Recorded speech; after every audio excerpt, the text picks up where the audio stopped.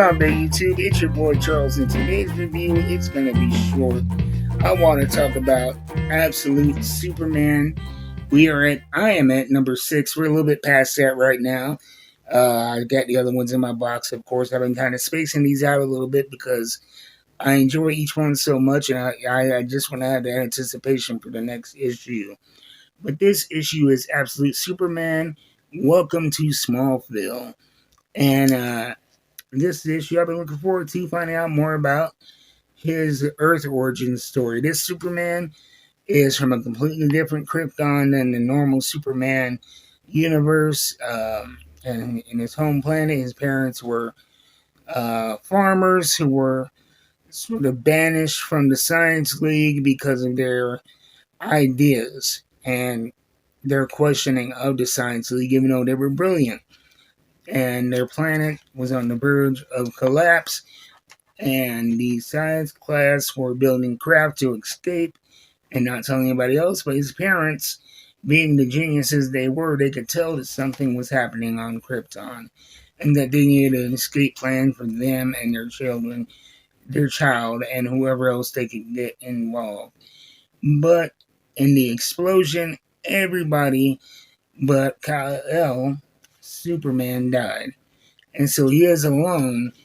He's alone in the universe, kind of floating around looking for a place where he could survive, a place with the atmosphere that he could go on. And the only thing he has to keep him company is his sentient spacecraft named Sol, SOL, and it's like an AI.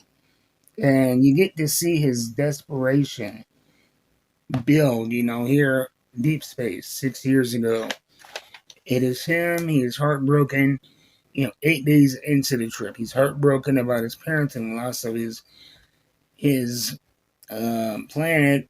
And then it goes 8 weeks since Krypton exploded, and he's getting more and more mentally unstable as the time goes past. 8 months pass, and you can see the emotion and the tension that he's drawn with.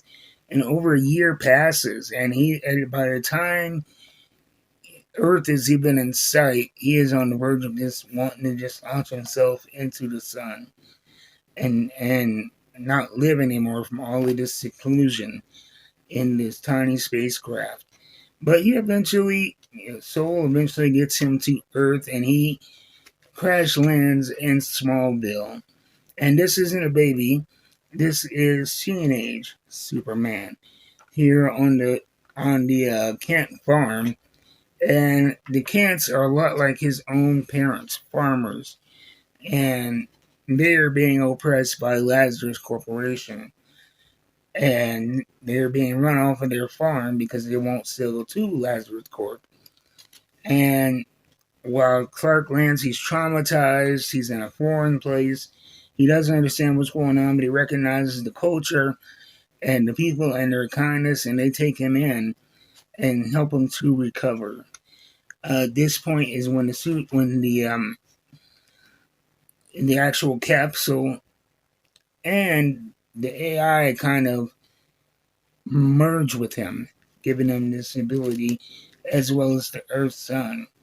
So he realizes that here on Earth, while he may have been uncoordinated and kind of the runt of the litter on Krypton, here he is a superpowered being.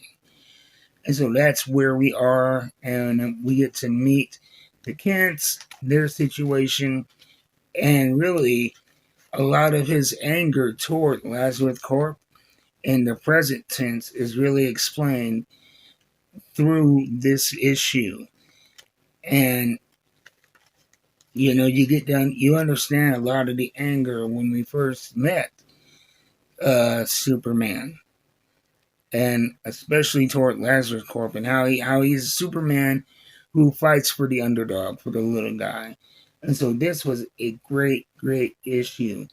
It's about DC Comics, of course, and at the end we meet the Absolute Universe's version of Ra's al Ghul, who was apparently behind Lazarus Corp. And that's a big reveal at the end. I'm not going to show you that because it's a very cool visual, but check this book out. If you're not reading Absolute Superman, this is coming from me, a non-Superman fan. This book is a can't miss. Probably my favorite from DC currently running. So I'll see you guys next time. Till then, keep reading them books. I'm out.